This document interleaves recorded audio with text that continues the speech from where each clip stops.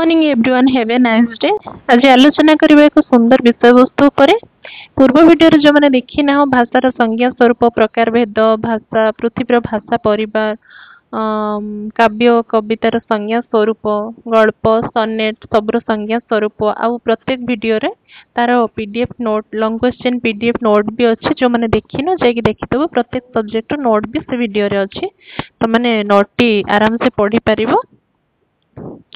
तो चैनल को जो मैंने अच्छे निहत चैनल को लाइक शेयर सब्सक्राइब करिवो काहेकि ना एग्जाम प्राय पाखी आसला सब पिलांकर तो एग्जाम पाखी आसला जेहेतु तो वीडियो रे आमे जेते सारा बुझौछु तार पीडीएफ भी वीडियो रे शो होउछु तो तुम माने बुझिबो वीडियो रो जहा जहा कहूची मु ताको बुझिबो फॉलो करिवो आ बाकी गोटे सुंदर नोट भी पाई परिबो।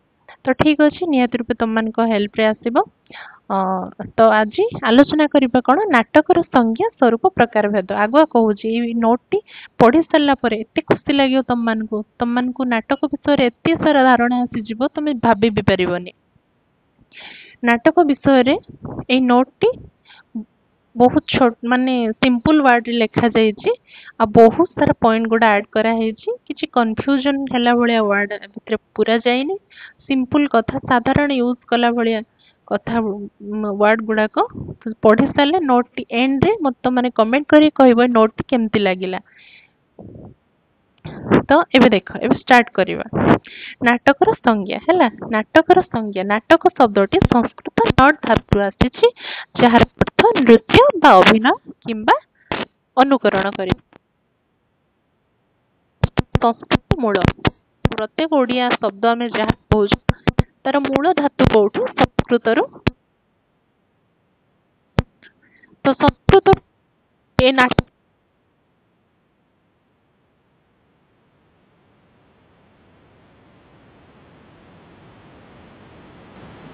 जार अर्थ कौन नृत्य बा अभिनय करबा किंबा अनुकरण करबा हला। नाटक हेउची एक एमिति साहित्य माध्यम जो घटना चरित्र कहानी मंच उपर अभिनय माध्यम रे प्रत्यक्ष भावे दर्शकों आगे प्रस्तुत करा जाए। नाटक एमिति गुटे माध्यम ना से कौन थाए ना अभिनय करिक दर्शकों को मनोरंजन करा जाए से कौन थाए ना घटना थाए चरित्र थाए कहानी थाए नाटक रे ये सब थांती आ दर्शक मानकर मनोरंजन करते बुझीगला। तो अर्थात नाटक हेउची लेखा जाइथिबा घटना बा कथोपकथन और अभिनय रो समन्वय। नाटक जहाँ लेखा जाइथे नाटक बही रे जहाँ जहाँ नाटक लेखा जाइथे जो नाटक लेखा जाइथे से नाटक रो अभिनय बा से घटनार अभिनय करा जाए से घटनार कथोपकथन हुअंती कथा हुअंती आउ अभिनय मध्य करंती। नाटक होउची एही परी गोटे मिश्रित क्रिया। तो पंडित भरत मुनि नाट्य शास्त्र अनुसार कौन अच्छी ना नाटक हेउची चरित्र मानकर कार्यर अनुकरण जहाँ रस भावना अभिनय माध्यम रे दर्शकों को मनोरंजन रंजन करे। भरत मुनि कौन कहउचंती ना कौन कहउचंती ना भरत मुनि कहउचंती कि नाट्यशास्त्र जी अनुमोदन करचंती नाट्यशास्त्र जी लिखिचंती भरत मुनि से कौन कहउचंती ना हाँ कहते चरित्र मानकर कार्यर अनुकरण नाट्य होउची चरित्र बा कैरेक्टर माने जो जो रोल प्ले करंती तांकर से माने अनुकरण जहाँ रस भाव अभिनय दर्शक मान को आनंद प्रदान करे। जो जो चरित्र नाटक रे थांती पिला माने से माने जहाँ जहाँ अभिनय करंती जेमिति जेते नेचुरल से माने अभिनय करिवे जेते से माने निखुण भाव रे अभिनय करिवे जेते से माने सुंदर अभिनय करिवे सेते मनोरंजन हेबे दर्शक माने बुझिलो। देखो प्रत्येक संज्ञा परे कौन ना शास्त्र मत कौन अच्छी भितर नाटक बा अन्य टॉपिक जो मु पढ़े ता भितर अच्छे देखिबो आमे इंट्रोडक्शन परे कौन करबा ना केते किछि राइटर कि किछि उपन्यास होंतु नाट्यकार होंतु कि प्राच्य पाश्चात्य कथाकार होंतु समस्त किछि मत देई थांते सेही ऊपर जेंति आमे बेबे पढ़िबा नाटक ऊपर।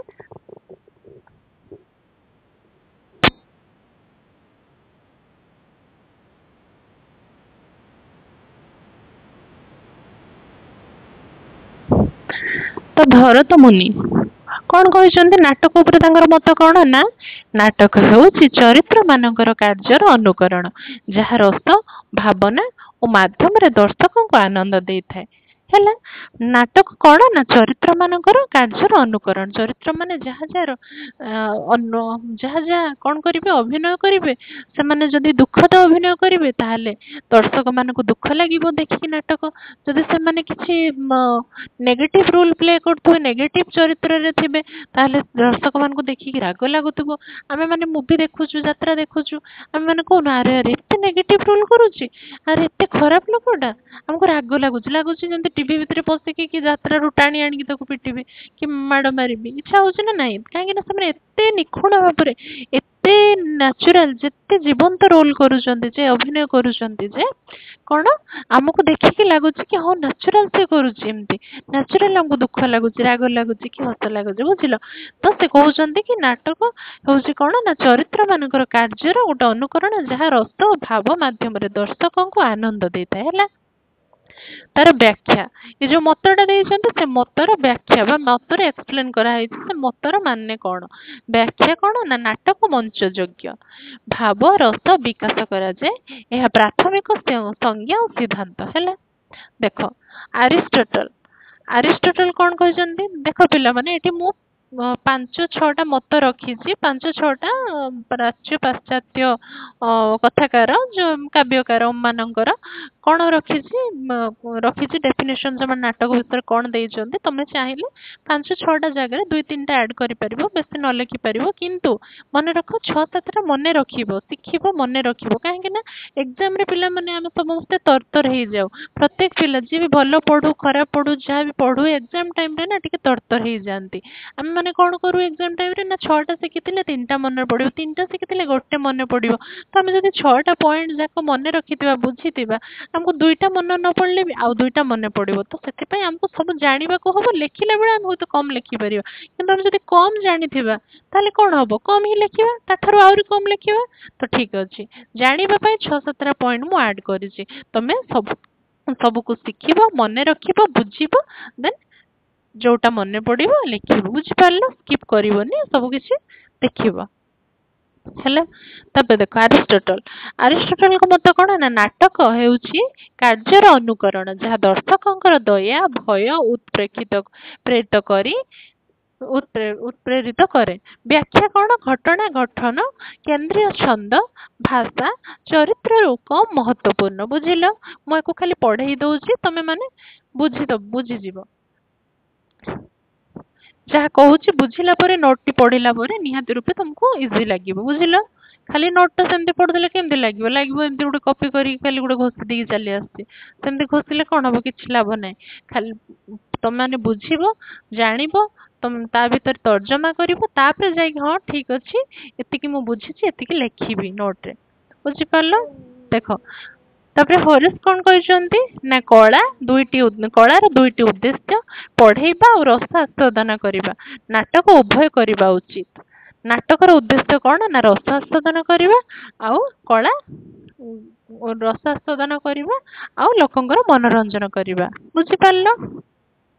ଅଭିନବ ଗୁପ୍ତ କଣ କହିଛନ୍ତି ପିଲାମାନେ? ନା ଅଭିନବ ଗୁପ୍ତ ହଉଛନ୍ତି ଭାରତୀୟ ଟୀକାକାର ବା ଦାର୍ଶନିକ। ନାଟକର ମୂଳ ଉଦ୍ଦେଶ୍ୟ ହେଉଛି ରସ ଅନୁଭବ, ଭାବ ଓ ରସ ମାନଙ୍କୁ ସମ୍ପୂର୍ଣ୍ଣ କରିବା। ବ୍ୟାଖ୍ୟା କଣ? ନାଟକ କେବଳ କଥା ନୁହେଁ, ମନୋଭାବକୁ ଉତ୍ପ୍ରେରଣ କରି ଦର୍ଶକଙ୍କୁ ରସ ନିର୍ବୃତ୍ତ କରେ। ହେଲା। ଏସବୁ ସେମାନେ ମତ ଦେଇଛନ୍ତି, ୟାକୁ ତମେ ଚେଞ୍ଜ କରିପାରିବନି ପିଲାମାନେ। ଏଠି କମ୍ପଲସରି ଯାହା ଲେଖିଛନ୍ତି ସେୟା ଲେଖିବ, ଏଥିରେ କିଛି ମିଶେଇକି ଲେଖିପାରିବନି। ସେମାନେ ଯାହା ମତ ଦେଇଛନ୍ତି ସେଇଟା ହିଁ ପୁରା ଏକ୍ସାକ୍ଟ ସେଇ ଅକ୍ଷର, ସେଇ ସବୁ କମା ଫୁଲ ଷ୍ଟପ ସବୁ ସେମ୍ ହିଁ ରହିବ। ଏଇଟା ସେମାନେ ମତ ଦେଇଛନ୍ତି। ଏକ୍ସାମ ରେ ପଡିଯାଏ କି ଆନନ୍ଦ ବର୍ଦ୍ଧନ ନାଟକ ସମ୍ପର୍କରେ କଣ ମତ ଦେଇଛନ୍ତି, ଅଭିନବ ଗୁପ୍ତ ନାଟକ ବିଷୟରେ କଣ ମତ ଦେଇଛନ୍ତି। ବୁଝିପାରିଲ? ସର୍ଟ କ୍ୱେଶ୍ଚିନ୍ ଆସିପାରେ, କହିହବନି, ଆସିପାରେ। କେତେବେଳେ କଣ କ୍ୱେଶ୍ଚିନ୍ ପ୍ୟାଟର୍ନ ଆସୁଛି ସେଟା କହିହବନି। କାଳିଦାସ କଣ ମତ ଦେଇଛନ୍ତି ନା ନାଟକ ହେଉଛି ଶ୍ରେଷ୍ଠ କାହାଣୀ ଓ ମଞ୍ଚ ମଧ୍ୟରେ ଉତ୍ତମ ଅଭିନୟ, ଭାବ ଓ ଶୈଳୀର ମହତ୍ୱପୂର୍ଣ୍ଣ। ବୁଝିହେଲା? ସରିଲା। ଏବେ ନାଟକର ସଂଜ୍ଞା ସରିଲା, ଡେଫିନେସନ କଣ ସରିଲା, କୋଉ ରାଇଟର କି କାବ୍ୟକାର କି ପ୍ରାଚ୍ୟ ପାଶ୍ଚାତ୍ୟ କଥାକାର ମାନେ କଣ କଣ ମତ ଦେଇଛନ୍ତି ସରିଲା। ବୁଝିହେଲା। ଏବେ ଦେଖ ନାଟକର ପ୍ରକାର ଭେଦ। ନାଟକର ପ୍ରକାର ଭେଦ ଦେଖ ପିଲାମାନେ, ନାଟକକୁ ତାର ରସ, କାହାଣୀ ଧାରା, ଶେଷ ପରିଣାମ, ଭାବ ଓ ଆଖ୍ୟାନ ଭିତ୍ତିରେ ବିଭକ୍ତ କରାଯାଏ। ନାଟକକୁ ଯୋଉ ଭାଗ କରାହେଇଛି କିପରି ନା ନାଟକର ରସ, କାହାଣୀର ଆଧାର, ଶେଷ ପରିଣାମ ବା ଏଣ୍ଡିଙ୍ଗ ପଏଣ୍ଟ, ନାଟକ ଶେଷ ଭିତରେ କଣ ହୁଏ, ନାଟକ ଶେଷ ପରିଣାମ, ଏସବୁକୁ ନେଇକି ନାଟକକୁ ଭାଗ କରାହେଇଛି। ଏସବୁକୁ ଏସବୁ ଭିତ୍ତିରେ ନାଟକକୁ ଭାଗ କରାହେଇଛି। କଣ ଫର୍ଷ୍ଟ ଆସିଲା ଟ୍ରାଜେଡି ବା ଦୁଃଖାନ୍ତ ନାଟକ। ବୁଝିପାରିଲ? ଯୋଉମାନେ ପିଲାମାନେ ଦେଖୁଛ ଦରକାର ସ୍କ୍ରିନଶଟ ନେଇଯାଉଥିବ ଭିଡିଓ ଦେଖିଲା ବେଳେ। ବୁଝିପାରିଲ? ହଁ, ନାଟକ ଦୁଃଖାନ୍ତ ନାଟକ ବା ଟ୍ରାଜେଡି। ବୁଝିପାରିଲ? ନାଟକରେ ଶେଷ ଦୁଃଖ ଓ ବ୍ୟଥାନ୍ତ ହୋଇଥାଏ।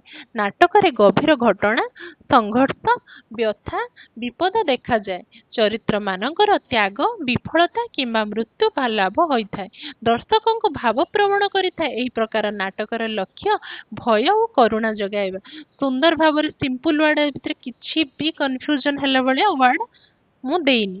ଦେଖ, ନାଟକ ଟ୍ରାଜେଡି ବା ଦୁଃଖାନ୍ତ ନାଟକ କଣ ଜଣା ପଡୁଛି, ପଢିକି ତା ହେଡିଙ୍ଗ ପଢିକି ଜଣା ପଡୁଥିବ। ଦୁଃଖାନ୍ତ ନାଟକ ମାନେ କଣ, ସେଥିରେ ଦୁଃଖ ହିଁ ଭରିକି ଥିବ। ତ ନାଟକଟା ଦେଖିଲେ ବହୁତ ଇମୋସନାଲ ଲାଗୁଥିବ। ତ ସେଇଭଳିଆ ନାଟକ ଯୋଉଥିରେ ଏଣ୍ଡରେ ନାଟକ ଶେଷରେ କିଏ ମରିଯାଇଥିବ, କାହାର ମୃତ୍ୟୁ ହେଇଥିବ, କିମ୍ବା କାହାକୁ ପୋଲିସ ଧରିକି ଥାନାରେ ଭର୍ତ୍ତି କରିଦେଇଥିବେ, କାହାକୁ ଫାଶୀ ହେଇଯାଇଥିବ, କି କିଏ ଭୁଲ କରିନଥିବ, ତା ମୁଣ୍ଡରେ ସାରା ଭୁଲକୁ ସବୁ ଦୋଷକୁ ଲଦି ଦେଇକି ତାକୁ କଳଙ୍କିତ କରିଦେଇଥିବେ, କି କଣ ଗୋଟେ ଏଣ୍ଡିଙ୍ଗ ପଏଣ୍ଟ ଏମିତି ଥିବ ଲୋକମାନଙ୍କୁ ଦେଖିକି ଦୁଃଖ ଲାଗୁଥିବ, ଗୋଟେ ଦୁଃଖରେ ଫେରିକି ଆଇବେ। ତାପରେ ଦେଖ ହାସ୍ୟ ନାଟକ, ହାସ୍ୟମୟ ନାଟକ। ନାଟକରେ ହାସ୍ୟ, ମଜା, ବ୍ୟଙ୍ଗ ରହେ। ଶେଷ ଖୁସି ଓ ସନ୍ତୋଷଦାୟୀ ହୋଇଥାଏ।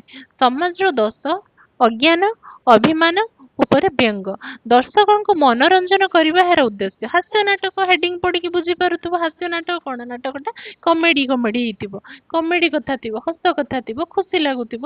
ଆଉ କଣ ହେଇଥିବ ନା ସମାଜରେ ଯେତେ ସବୁ ଦୋଷ, ଦୁର୍ବଳତା, ସମାଜରେ ଖରାପ ଜିନିଷ ଗୁଡାକୁ ସେମାନେ ବ୍ୟଙ୍ଗ କରିକି, ଥଟ୍ଟା କରିକି କହୁଥିବେ। ଯେମିତି କି ଲୋକମାନେ ତା ଭିତରୁ ଶିକ୍ଷା ବି ପାଇବେ, ମନୋରଞ୍ଜନ ବି ହବ, ମଜା ବି ଲାଗିବ, ଆଉ ବହୁତ କିଛି କଥା ଶିଖିପାରିବେ। ହଁ, ସମାଜରେ ଏସବୁ ଘଟୁଛି, ଖରାପ ଜିନିଷ, ଖରାପ କଥା, ସମାଜର ଦୋଷ ଦୁର୍ବଳତା। ବୁଝିପାରିଲ? ଏହାର ଲକ୍ଷ୍ୟ ହେଉଛି ହାସ୍ୟ ଓ ମନୋରଞ୍ଜନ। ଏହାର ଲକ୍ଷ୍ୟ କଣ, ଲୋକଙ୍କୁ ମଜା କରେଇବା, ଖୁସି କରେଇବା, ମନୋରଞ୍ଜନ କରେଇବା। ହାସ୍ୟମୟ ନାଟକ ଏଇଟା ହଉଛି। ବୁଝିଲ? ତାପରେ ଆସିଲା ମେନ୍ ନାଟକ କଣ ନା ମିଶ୍ର ନାଟକ। ପିଲାମାନେ ଏଇ ମିଶ୍ର ନାଟକ ହଉଛି ଆମ ଜୀବନ ସହିତ ଜଡିତ। କଣ ପାଇଁ ନା ଦୁଃଖ ଆଉ ହାସ୍ୟ ମିଶିକି ଏ ନାଟକ, ସେଥିପାଇଁ ଆର ନାଁ ହଉଛି ମିଶ୍ର ନାଟକ। ଦୁଇଟି ଭାବ ଏକା ସାଥିରେ ଥାଏ। ଲୋକମାନେ ଗୋଟେ ମୁହୂର୍ତ୍ତରେ ନାଟକ ଦେଖିକି ଖୁସି ହେଇଯାଉଥିବେ, ତ ସାଙ୍ଗେ ସାଙ୍ଗେ କ୍ଲାଇମେଟ ଚେଞ୍ଜ ହେଇଯାଇଥିବ, ସାଙ୍ଗେ ସାଙ୍ଗେ ଦୁଃଖ ଲାଗୁଥିବ, ଆରେ ଏମିତି ହେଇଗଲା ନା, କେତେ ଖୁସିର ସଂସାର ଚାଲିଥିଲା ପୁଣି ଏମିତି ହେଇଗଲା। ସାଙ୍ଗେ ସାଙ୍ଗେ ଖୁସି ହେଇଥିବେ, ଫେର ଦୁଃଖ ହେଇଯିବେ। ତ ଏମିତି ମିଶିକି ଥାଏ ଦୁଃଖ ଆଉ ଖୁସି। କେତେବେଳେ ଘଟଣା ଦୁଃଖଦ ଲାଗିଥାଏ, ତ କେତେବେଳେ ହସ ଲାଗିଥାଏ। ଶେଷ ଆଶାଦାୟୀ ବା ସନ୍ତୋଷଦାୟୀ ହେଇଥାଏ, କିନ୍ତୁ ଏଣ୍ଡରେ ସେମାନେ ଖୁସି ହିଁ ହୁଏ। ଏଣ୍ଡ କନକ୍ଲୁଜନ ଯେତେବେଳେ ନାଟକ ସରେ ନା, ଖୁସି ହେପି ଏଣ୍ଡିଙ୍ଗ ହିଁ ହେଇଥାଏ।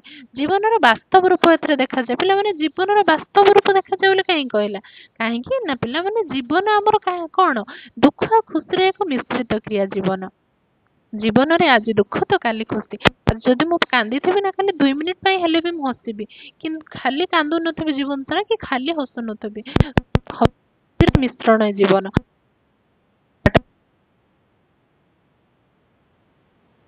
ମନୁଷ୍ୟ ଜୀବନ ଭଳିଆ ଖାଲି ଦୁଃଖ ଆଉ ଖୁସି ମିଶି ହେଇକି ଅଛି। ଖାଲି ଖୁସି ନାହିଁ କି ଖାଲି ଦୁଃଖ ନାହିଁ। ଖାଲି ଦୁଃଖ କଣ କାହା ଲାଇଫରେ ଅଛି ନା, ଖାଲି ଅଛି, ମିଶିକି ଅଛି। ଯେହେତୁ ଏଟା ଦୁଃଖ ଆଉ ଖୁସି ଅଛି, ତ ଏଟା ଜୀବନରେ ଏକ ବାସ୍ତବ ରୂପ ଥିବା ନାଟକ। ବୁଝିପାରିଲ?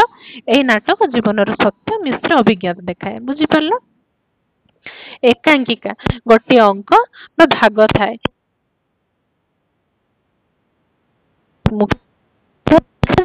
ସରଳ ଓ ବେଗ ଭରା କାହାଣୀର ଧାରା ଥାଏ। ଏହି ନାଟକ କମ ସମୟରେ ଗୁଡିଏ କଥା କହିଦିଏ। ଏକାଙ୍କିକା ଯେ ସେଟା ଛୋଟ, କ୍ଷୁଦ୍ର, କମ ସମୟ ଏକାଙ୍କିକାଟା ଅଭିନୟ କରାଯାଏ, କମ ସମୟ ଲାଗେ, କିନ୍ତୁ କମ ସମୟରେ ବହୁତ କିଛି କଥା ସେଥିରୁ ଜାଣି ହୁଏ।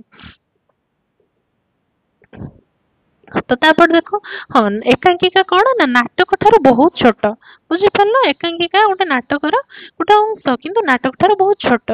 ଏକାଙ୍କିକା ତମର ଗୋଟେ ଲଙ୍ଗ କ୍ୱେଶ୍ଚନ ଅଛି ବୋଧେ, ଏକାଙ୍କିକା କାହାକୁ କୁହାଯାଏ କଣ ଏମିତି ଅଛି ବୋଧେ, ଯଦି ଥିବ ତାହେଲେ ଲଙ୍ଗ କ୍ୱେଶ୍ଚନ ବି ଆଣିବେ, ଠିକ ଅଛି।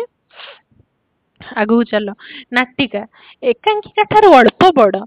ଏକାଙ୍କିକା ତ ମୁଁ କହିଲି ନାଟକ ଠାରୁ ବହୁତ ଛୋଟ, କିନ୍ତୁ ନାଟିକାଟା ହଉଛି ଏକାଙ୍କିକା ଠାରୁ ବଡ, କିନ୍ତୁ ନାଟକ ଠାରୁ ସାନ। ତା ମାନେ ବୁଝିଲ କଣ ନା, ଏକାଙ୍କିକା ହଉଛି ନାଟିକାର ସାନ ଭାଇ, ନାଟିକା ଠାରୁ ଏକାଙ୍କିକା ସାନ, ସବୁଠାରୁ ସାନ। ଏକାଙ୍କିକା ହଉଛି ନାଟିକାର ସାନ ଭାଇ, ଆଉ ନାଟିକା ହଉଛି ନାଟକର ସାନ ସାନ ଭାଇ। ବୁଝିପାରିଲ। ଏକାଙ୍କିକା ଠାରୁ ଅଳ୍ପ ବଡ, ସମ୍ବାଦ ସରଳ, କାହାଣୀ ସ୍ପଷ୍ଟ, ମଞ୍ଚାଭିନୟ ପାଇଁ ଉପଯୁକ୍ତ। ଏଥିରେ ଘଟଣା ଦୁଇ ଅଙ୍କ ହୋଇପାରେ, କିନ୍ତୁ ନାଟକ ଠାରୁ ଛୋଟ। ନାଟକ ଠାରୁ ନାଟିକା ଛୋଟ, କିନ୍ତୁ ଏକାଙ୍କିକା ଠାରୁ ବଡ। ବୁଝିଲ। ତାପରେ ଦେଖ, ନୃତ୍ୟ ନାଟ୍ୟ ବା ସଙ୍ଗୀତ ନାଟକ। ନୃତ୍ୟ, ସଙ୍ଗୀତ ଓ ଅଭିନୟ ତିନୋଟିର ସମ୍ମିଳନ। ସମ୍ବାଦ ଠାରୁ ଗୀତ ଅଧିକ ରହେ। କାହାଣୀକୁ ସଙ୍ଗୀତ ଓ ଭାବଭଙ୍ଗୀ ଦ୍ଵାରା ଦେଖାଯାଏ। ଓଡିଶାର ଓଡିଶୀ ନୃତ୍ୟ ତାର ଏକ୍ସାମ୍ପଲ। କାହିଁକି ନା ଦେଖ, ପିଲାମାନେ ଦେଖିଥିବ ଓଡିଶୀ ନୃତ୍ୟର ସେମାନେ ଏମିତି ଅଙ୍ଗଭଙ୍ଗ କରୁଥାନ୍ତି, ଏମିତି ସେମାନଙ୍କର ଗୋଡ, ହାତ, ଆଖି, ସେମାନଙ୍କର ଏମିତି ସେ ଚଳଉଥାନ୍ତି ନାଚିଲା ବେଳେ। ସେମାନଙ୍କର ପାଟି କଥା କୁହେନି। ଆମେ ବୁଝିନୁ କି ହଁ ଏଇ ବିଷୟରେ କହିବାକୁ ଚାହୁଁଛି କି ମୟୂର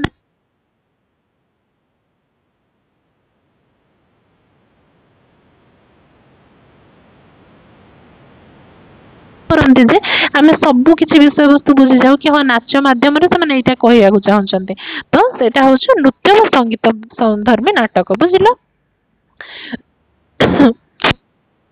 ଦର୍ଶନ ଶକ୍ତି ହେଲା, ଚରିତ୍ର ମାନଙ୍କର ଦୋଷ କିମ୍ବା ଦୁର୍ବଳତାକୁ ହସାଇ ହସାଇ ପ୍ରକାଶ କରାଯାଏ। ସମାଜର ଦୋଷକୁ ଉଜାଗର କରିବା ଉଦ୍ଦେଶ୍ୟରେ ଦର୍ଶକଙ୍କୁ ହସାଇବା ମଧ୍ୟରେ ସତ୍ୟ ବୁଝାଇବା। ଦର୍ଶକଙ୍କୁ ଏଥିରେ ହସା ଯାଇଥାଏ, କିନ୍ତୁ ସତ ଘଟଣା ସବୁ ବର୍ଣ୍ଣନା କରାହେଉଥାଏ। ହସି ହସିକା ଜଣଙ୍କର ଦୋଷ ଦୁର୍ବଳତାକୁ କୁହାଯାଏ। ଆମେ ମାନେ ଦେଖିଥିବ ପିଲାମାନେ, କିଛି ଲୋକ ଅଛନ୍ତି ରାଗରେ ରାଗିକି ଗାଳି ଦେବେ, ତମେ ଭୁଲ କରୁଛ ସେମାନେ ଗାଳି ଦେବେ ରାଗିକି। କିନ୍ତୁ କିଛି ଲୋକ ଅଛନ୍ତି ସେମାନେ ଗାଳି ଦେବେନି, ହସିକି, କିନ୍ତୁ ତମକୁ ଡାଇରେକ୍ଟ ଇଣ୍ଡିକେଟ କରିକି କମେଣ୍ଟ କଲା ଭଳିଆ କହୁଥିବ। ଏକ୍ଜାକ୍ଟଲି ଏଇଥିରେ ସେଇଆ ହୁଏ। ବହୁତ ଲୋକ ଷ୍ଟ୍ରେଟ କହନ୍ତି, ରାଗିକି କହନ୍ତି, ସେମାନଙ୍କୁ କୁହାଯାଏ ରାଗିକି କହିଲେ, ମତେ ଗାଳି ଦେଲା।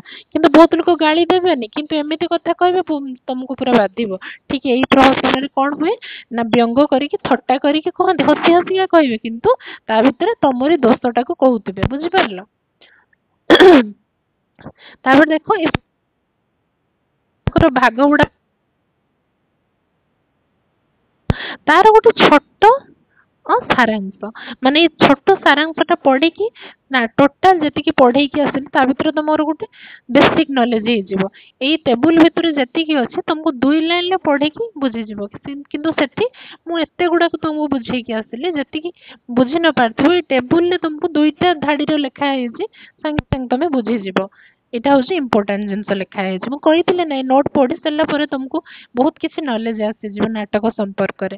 ଆଉ ତମମାନଙ୍କୁ ଖୁସି ଲାଗିବ, ନିହାତି ଖୁସି ଲାଗିଥିଲେ, ଯଦି ଭଲ ଲାଗିଥିବ ଭିଡିଓଟି ଆଉ ନୋଟ ପଢିକି ନିହାତି ରୂପେ କମେଣ୍ଟ ବକ୍ସରେ ଗୋଟେ ଛୋଟ କମେଣ୍ଟ କରିବ। ଆଉ ଚ୍ୟାନେଲକୁ ନୂଆ ଆସିଲେ ନିହାତି ଲାଇକ୍ କରିବ। କାହିଁକି ନା ତମମାନେ ଲାଇକ୍ କଲେ ମତେ ଖୁସି ଲାଗିବ କି ହଁ ମୋ ପିଲାମାନେ ବୁଝି ପାରିଛନ୍ତି ନିଶ୍ଚୟ। ହେଲା, ଠିକ ଅଛି। ଦେଖ ଏଇଟା କଣ ଅଛି ନା, ସାରାଂଶରେ କଣ ଅଛି, ଆମେ ଫାର୍ଷ୍ଟ କଣ ପଢିଥିଲେ ନାଟକର ପ୍ରକାର ଭେଦରେ।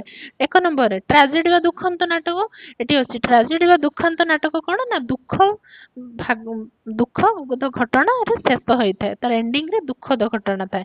ହାସ୍ୟ ନାଟକ କଣ ନା, ହାସ୍ୟ ମଜା ଖୁସିରେ ଭରପୁର। ଦେଖ ଯେତିକି ଯାହା ପଢେଇଲି ତାର ଗୋଟେ ଗୋଟେ ଶବ୍ଦରେ ସେ ସବୁ ଏକ୍ସପ୍ଲେନ ହେଇଯାଉଛି।